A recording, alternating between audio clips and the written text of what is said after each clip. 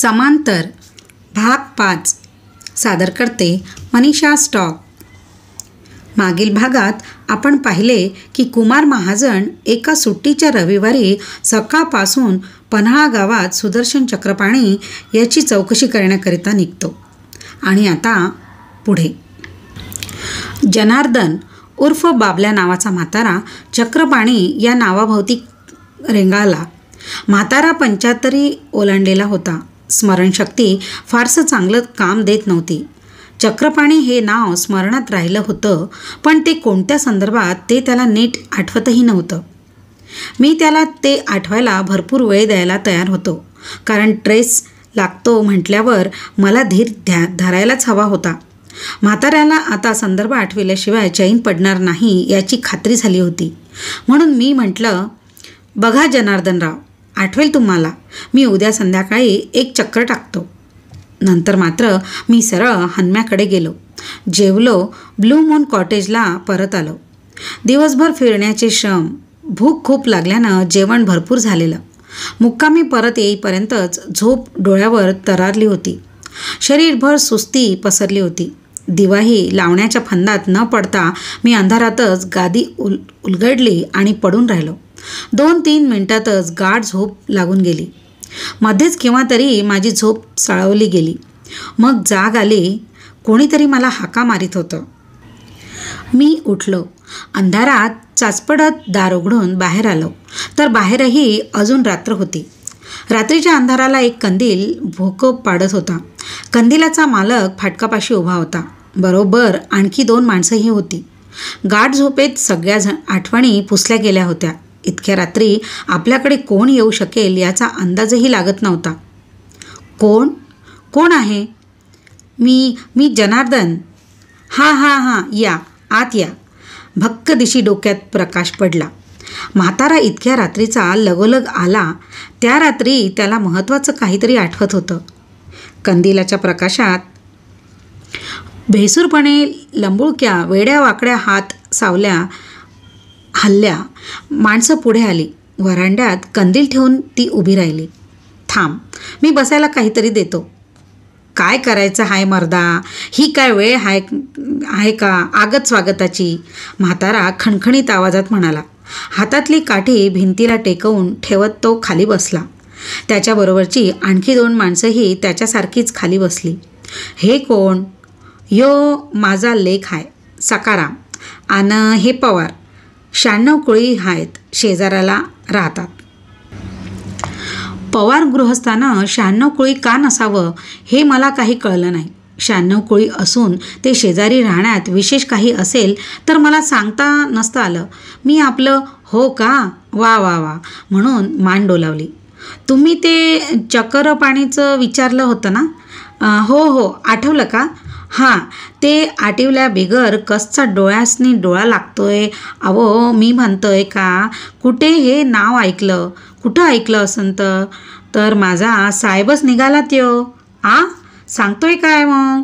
Imperial कंपनीत होता नवम्या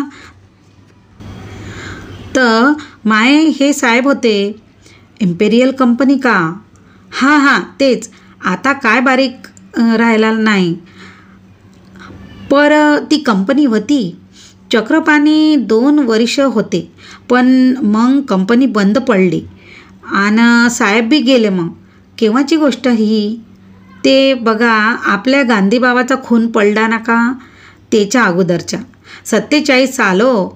व्हरांड्यात म्हाताऱ्याला तोडत सखाराम म्हणाला। तवाच कंपनीचा कारभार आटोपला। चक्रपाणी इथे कुठे राहत होते एवढा काय आठवत नाही बा, पर राहायचे गावातच कुठंतरी। म्या तवा खाली राहत होतं बघा। कंपनी बुडाल्यावर कुठे गेले काही कल्पना आहे का? नाही बा, त्यांनी पन्हाळा सोडला, बास एवढंच माहिती आहे। म्हाताऱ्याला चक्रपाणीबद्दलची जेवढी माहिती होती तेवढी आठवत होती ती त्यानं सांगितली। ती त्याच्या अपेक्षेप्रमाणे माझ्याशी जुळत होती, पण म्हाताऱ्याला जास्त काही सांगता आलं नाही। दुसऱ्या दिवशी सकाळी मी वापगावकरला सविस्तर पत्र लिहिलं। इम्पेरियल नावाची कंपनी अजूनही मुंबईत अस्तित्वात आहे का हे पाहून असल्यास तिथे चक्रपाणीबद्दल आणखी काही माहिती मिळते का ते पहा, किंवा कंपनीची नोकरी सोडून तो कुठे गेला ते चौकशी कर असं मी पत्रात कळवलं होतं. 8-10 दिवसांनी मला वाबगावकरांचं पत्र आलं. इम्पेरियल वूड्स नावाची एक फार मोठी कंपनी पूर्वी अस्तित्वात होती. तिचं हेड ऑफिस बॉम्बेला होतं. मोठ्या प्रमाणावर ती सर्व प्रकारच्या लाकडांचा व्यापार करायची. कंपनीच्या मालकीची जंगलंही होती. स्वातंत्र्योत्तर काळात कंपनीची जंगलं सरकार जमा झाली ती होणार हे आधी माहिती असल्याने बोर्ड ऑफ डायरेक्टर्सनं त्यापूर्वीच कंपनी बंद करून टाकली होती. सुदर्शन चक्रपाणी या कंपनीत कामाला होता. त्याला ओळखणारा सरकारच्या वनविभाग खात्यातून सेवानिवृत्त झालेला अंबादास वाकडे नावाच्या माणसाला शोधून काढण्यात वाबगावकरला यश मिळालं होतं. त्याच्याकडून चक्रपाणीबद्दल समजलेली माहिती अशी: कंपनी बरखास्त झाली तेव्हा सुदर्शन चक्रपाणी इम्पेरियलच्या पन्हाळा येथील जंगलात फॉरेस्ट सब ऑफिसर या पदावर होता. तिथून तो कसाऱ्याला मलबार वूड हाऊस नावाच्या छोट्या कंपनीत मॅनेजर म्हणून गेला. त्यानंतरची त्याची माहिती मिळू शकली नव्हती. पण शेवटी वाबगावकरनं मला आणखी एक धक्का दिला होता. चक्रपाणी पन्हाळ्याला असताना तो ब्लू मून कॉटेजलाच राहत होता. सुदर्शन चक्रपाणीची माहिती मिळाल्यापासून मला मुळीच अस्वस्थपणा नव्हता. किती साम्य होतं ते दोघांच्या जीवनात. सुदर्शन चक्रपाणी पन्हाळ्याला आला असावा इथपर्यंत माझी कल्पना शक्ती धावू शकली होती. पण तो सुद्धा चक्क ब्लू मून कॉटेजमध्ये राहत असावा. I couldn't simply imagine it. मग मी हणम्याला विचारलं तर हणम्या म्हणाला, हां, माझ्या लहानपणी एका साहेबाला ही जागा भाड्यानं दिली होती. पण नाव काय आठवत नाही बा. लक्षात राहण्या इतपत लोकांमध्ये मिसळलाच नव्हता म्हणे तो. तेही बरोबरच होतं. मी या पद्धतीत 10 वर्षे राहिलो असतो तरी कोण मला लक्षात ठेवणार होतं. चक्रपाणीबद्दलच्या या सगळ्या माहितीतला एक भाग मला सुखावणारा होता. मी कुठल्या तरी छोट्याशा का होईना पण कंपनीचा मॅनेजर होणार होतो. पावसाळा तोंडावर आला होता म्हणून कंपनीची बरीच कामं उरकायची होती. कारण इथे एकदा पाऊस लागला की 4-4 दिवस घराबाहेर पडणं मुश्किलच व्हायचं. संजूला घेऊन सुट्टीत पन्हाळ्याला निमा येणार म्हणाली होती. पण तिला रजा मिळत नव्हती म्हणून मीच तिला कळवलं होतं, तू येऊ नकोस.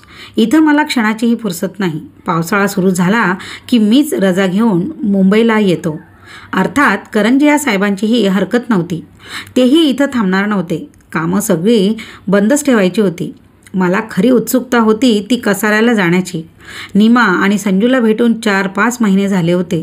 पण त्यांना भेटण्यापेक्षाही कसाऱ्याला जाऊन चक्रपाणीला भेटण्याच्या कल्पनेनं मला जास्तच उत्तेजित केलं होतं. पहिला पाऊस पडण्यापूर्वीच आमची कामं टोटली आटोक्यात आली होती. 2 दिवस तर आम्ही पाऊस पडत नाही म्हणून केवळ कंपनीत गेलो होतो. काही काम नसल्यानं मी आणि करंजिया दोघंही त्यांच्या कॅबिनमध्ये चेस खेळत दोन्ही दिवस घालवले होते. करंजियांचं तर सगळं सामान बांधून तयार होतं. माझ्या सामानाचा काहीच प्रश्नच नव्हता. 4 कपडे बॅगेत कोंबले की निघायचं. 3ऱ्या दिवशी पाऊस पडला. दुपारी आम्ही कोल्हापुरामध्ये आणि नंतर रातराणीनं मुंबई. केव्हा निघायचं ते पावसावर अवलंबून असल्यानं मी केव्हा येणार ते कळवलंच नव्हतं. अचानक घराच्या दारात जाऊन उभा राहिलो. संजयला शाळेत पोचवून कामावर जाण्याच्या तयारीत निमा होती. मला पाहताच ती एकदम चकित झाली. आनंदानं तिचे डोळे भरून आले. संजय, बाबा आले, बाबा आले म्हणून माझ्या भोवती नाचायला लागला. दोघांनीही दांडी मारली. दिवसभर मी घरगुती वातावरणात डुंबत राहिलो. फार बरं वाटलं तेव्हा पहिल्यांदाच माझ्या लक्षात आलं निमाची फार ओढाताण होत असावी. अगदी खराब झाली होती ती. त्यात घरचं सगळं करायचं, संजयला शाळेत पोचवायचं, कामावर जायचं, त्याचा अभ्यास घ्यायचा. फार ताण पडला होता. थकली होती बिचारी. जेमतेम तिला 27वं चालू असूनही 35ची वाटत होती ती. आणि तिच्या या दुरावस्थेला मीच कारणीभूत होतो. सरळ आहे, बायको नी एक मुलगा एवढं कुटुंबही मला पोसता येत नव्हतं. म्हणून तर तिला नोकरी करावी लागत होती. नाहीतर तिला काही हौस नव्हती नोकरीची. माझ्याबरोबर पन्हाळ्याला येऊन राहावं, शांतपणे जीवन जगावं असं तिलाही वाटत नसेल का? कोणती स्त्री नवऱ्यापासून सुखासुखी वेगळी राहील? पण ती राहत होती. बिचारीला राहायलाच हवं होतं.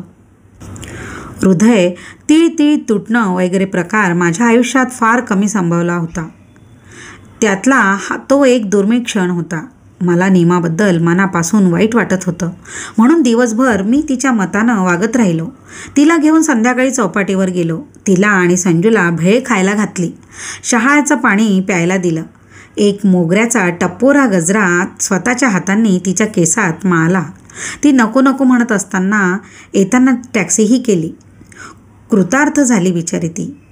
टॅक्सीत माझ्याकडे डोळे भरून पाहताना, हातात हात घेताना तिला गहिवरून आलं होतं. वास्तविक मी काय मोठंसं केलं होतं, पण बायकांच्या सुखाच्या अपेक्षात सर्वसामान्यतः फार थोड्या असतात. माझ्यासारखा नवरा त्याही क्वचित पूर्ण करू शकतो, म्हणून ही अपूर्वाई. सकाळी 9च्या सुमाराला वाबगावकर माझी चौकशी करायला आला. मला पाहताच त्याही प्राण्याला अतोनात आनंद झाला. हा वाबगावकर हेही मला एक पडलेलं कोडच होतं. 2-2 तास बरोबर असलो तरी आम्ही एकमेकांशी शब्दही बोलत नाही. मी त्याच्यासाठी म्हणून कुठली अगदी रुपयाभराचीही खाण्याची वस्तू देखील आणल्याचं मला कधी स्मरत नाही. पण हा माझ्यावर एवढा जीव टाकतो. मला आलेला पाहताच त्यानं समोरच्या हॉटेलातून कंपनीत फोन केला.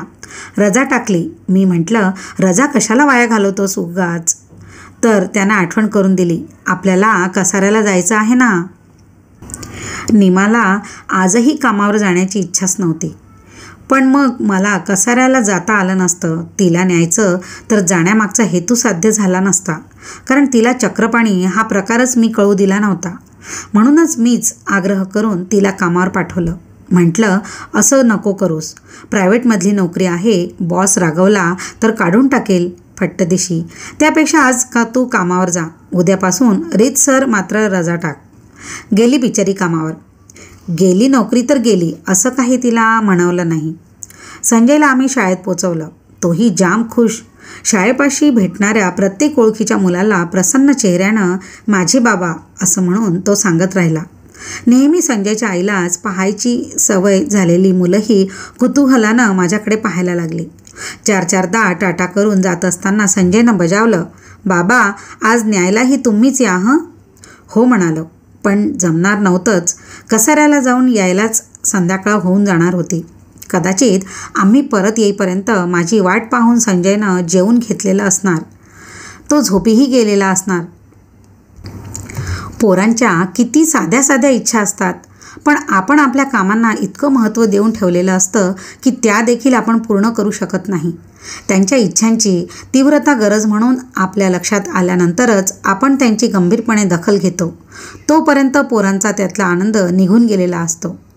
एवढं सगळं कळत असूनही मी त्याच दिवशी कसाऱ्याला गेलो, कारण आज रजा घेतली होती. तशी उद्याही वाबगावकरला रजा घेता आली नसती आणि उद्यापासून नीमानं नक्की रजा घेतलेली असणार होती. शिवाय चक्रपाणीचा शोध घेण्याचीही मला घाईच झाली होती. आम्ही कसाऱ्याला पोहोचलो तेव्हा दुपारचे 12:30 वाजले होते. सगळं ढगाळ वातावरण आणि कसाऱ्याला झाडीचं वरदान, म्हणून ऊन जाणवत नव्हती. इतकंच. वाबगावकर काहीच म्हणाला नाही, पण मलाच खूप भूक लागली होती. एकदा भटकायला लागलो की खाण्याची शुद्ध उरली नसती, म्हणून मीच म्हटलं, आपण काहीतरी खाऊन घेऊ. मी म्हटलं म्हणून त्यानं मान डोलावली. नाहीतर दिवसभरात त्यानं खाण्यापिण्याचं नावही काढलं नसतं. एका बऱ्यापैकी हॉटेलात बसून आम्ही काहीतरी मागवलं. जोडीला वाबगावकरचा डबा होता, तोही संपवला. मग आम्ही वूड हाऊसच्या शोधासाठी बाहेर पडलो. मलबारनं फारसा त्रास आम्हाला दिला नाही. छोट्या गावात हे फार बरं असतं. पत्ते झटकन सापडतात. नाहीतर ईस्ट का वेस्ट, रोड कोणता, बिल्डिंगचं नाव काय, नंबर काय, लाख लफडी. गावापासून मलबारचं ऑफिस नि वर्कशॉप जरा दूरच होतं. घाटाच्या रस्त्याला जंगलाकडे जाणारा एक फाटा होता. या फाट्यावरच मलबारचा बाण होता. एक कार एका वेळी जाईल इतपत मोठा रस्ता होता. दोन्ही बाजूंना भक्कम जंगलं होती. चांगलं 2 मैल चालून झाल्यावर आम्हाला मलबार वूड हाऊसची इमारत दिसली. बांधकाम खूप चांगलं नव्हतं, पण पसारा मोठा होता. लाकडे तोडण्याचे कापण्याचे वगैरे आवाज येत होते. एरियाला काटेरी तारांचं कुंपण होतं. आत जायला यायला एक फाटक होतं. तिथं गुरखा होता, पण आमच्यासारख्या सभ्य दिसणाऱ्या माणसांसाठी तरी तो निरुपद्रवी होता. त्याच्या खांद्याला बंदूक होती, कमरेला जंबिया होता. ही हत्यारच त्याच्यापेक्षा उग्र वाटत होती. ती जर नसती तर त्याच्या चेहऱ्यावरचे गरीब भाव पाहून कोणालाही तो पूजेसाठी मंदिर शोधत या भागात आलाय की काय असं वाटलं असतं. त्यानं आमची जुजबी चौकशी केली. मॅनेजरला भेटायला आलो आहोत समजल्यावर तिथूनच कसं जायचं ते समजावून सांगून तो पुन्हा आम्हाला अनोळखी झाला. मुख्य इमारतीच्या मागं मॅनेजरची स्वतंत्र केबिन होती. त्याच भागात एक शेड उभी करून कॅन्टीन तयार केलेलं होतं. चौकशी केली तेव्हा समजलं मॅनेजरचं नाव आर शंकरन होतं. इतक्यातच जेवायला तो कॅन्टीनमध्ये गेला होता. त्याच्या शिपायानं आम्हाला केबिनचं दार उघडून दिलं. आत बसायला सांगितलं. अर्ध्या तासानं मग शंकरन आला. आम्ही उठून उभे राहिलो. त्यानं हसून आम्हाला बसायला सांगितलं. त्याच्या बोलण्यात थोडं मलबारी टोनिंग होतं, पण मराठी व्यवस्थित तो बोलत होता. बरीच वर्ष तो महाराष्ट्रात असला पाहिजे असा मी अंदाज बांधला. Good noon sir. आपण आर शंकरन राईट? हां. काय काम होतं आपलं? आम्ही गिराईक आहोत का याचा अंदाज घेत त्यानं विचारलं. मला इथल्या जुन्या मॅनेजर साहेबांविषयी काही माहिती हवी होती. आपण देऊ शकाल का? जुने मॅनेजर? त्यानं आश्चर्यानं म्हटलं. मी 1952 पासून इथे मॅनेजर म्हणून काम करतोय. त्याआधी कोण होतं? त्याआधी तुम्हाला नक्की कोणाची माहिती हवी आहे? सुदर्शन चक्रपाणी नावाचा माणूस मलबार वूड हाऊसला मॅनेजर होता म्हणून. हां, चक्रपाणी. आपण त्यांना ओळखता का? नाही, ओळखत नाही, पण मला अंधुकसं असं आठवतंय की त्यांच्या कारला ॲक्सिडेंट झाला होता. ते 3 आठवडे हॉस्पिटलला होते. नंतर त्यांनी नोकरी सोडून दिली. म्हणजे कधी कळवलंच नाही तसं. त्यानंतर कोट्यान सेठ स्वतःच 6 महिने सगळा कारभार बघत होते. 6 महिन्यांनी नंतर मी इथे आलो. पुन्हा एकदा संदर्भ कटकन तुटलेला पाहून मी नर्वस झालो. चक्रपाणीला कार ॲक्सिडेंट म्हणूनच स्वामींनी काही भविष्य सांगायला नकार दिला होता का? मनाला मृत्यूच्या थंडगार स्पर्शाची जाणीव झाली. मी बधीर होऊन गेलो. माझ्या मनातला गोंधळ ओळखून वाबगावकरांना विचारलं. ॲक्सिडेंटमध्ये ते गेले का? नाही, ते गेले नाहीत. रामचंद्राला भेटले होते म्हणे त्यानंतर. ते ऐकताच माझ्या मनावरचं मृत्यूचं सावट झटकन दूर झालं. आता हे रामचंद्र कोण? आहेत का ते इथे? रामचंद्र ठेकेदार आहे. तो आमच्या वतीनं निरनिराळ्या जंगलांचे ठेके घेतो. तिथली लाकडं तोडून आम्हाला विकतो. कुठं भेटतील ते? सध्या लाकडं तोडण्याचं काम आहे. आसपासच असेल तो. त्याला बोलवू का? प्लीज, फार उपकार होतील. लगेचच आर शंकरनं जोरात ओरडून बाहेरच्या शिपायाला आत बोलावून घेतलं. रामचंद्राला शोधून आणण्याचं काम त्याच्यावर सोपवलं. मग आम्ही अवांतर गप्पा मारीत बसलो. चहा पाणी झालं. तेवढ्यात शिपाई एका बलदंड माणसाला पुढ्यात घालून घेऊन आला. केबिनच्या दारातून आत येताना त्याला वाकून शरीर चोरून आत यावं लागलं. अरे रामचंद्र, या महाजन साहेबांना चक्रपाणीबद्दल माहिती हवी आहे. ठेकेदारानं माझं निरीक्षण केलं. भुवया प्रश्नार्थक उडवल्या. तुम्हाला चक्रपाणी भेटले होते म्हणे? हो, 15-20 वर्ष झाली. पण त्या गोष्टीला कुठे भेटले होते ते? मध्य प्रदेशात पालान नावाचं खेडं आहे, तिथे राहत होते ते. मी तिथलं एक जंगल तोडण्याचा ठेका घेतला होता. स्वतः भेटले ते? होय, मी त्यांच्या घरी पण जाऊन आलो. टेकडीवर मस्त बंगला आहे त्यांचा. महाजन मॅनेजरनं पुन्हा एकदा मला विचारलं. चक्रपाणींचा का एवढी चौकशी करीत आहात तुम्ही? त्यांच्याशी तुमचा काही संबंध आहे का? मी मात्र त्यांचा प्रश्न ऐकून न ऐकल्यासारखा दुर्लक्षित करून रामचंद्रांना म्हटलं. आता एकच सांगा रामचंद्र, हे पालान नक्की कुठे आहे? तिथे जायचं कसं? आता पुढे काय होईल? कुमार महाजन चक्रपाणीला शोधायला आता पालानला जाणार की काय? बघूया पुढच्या भागात. धन्यवाद.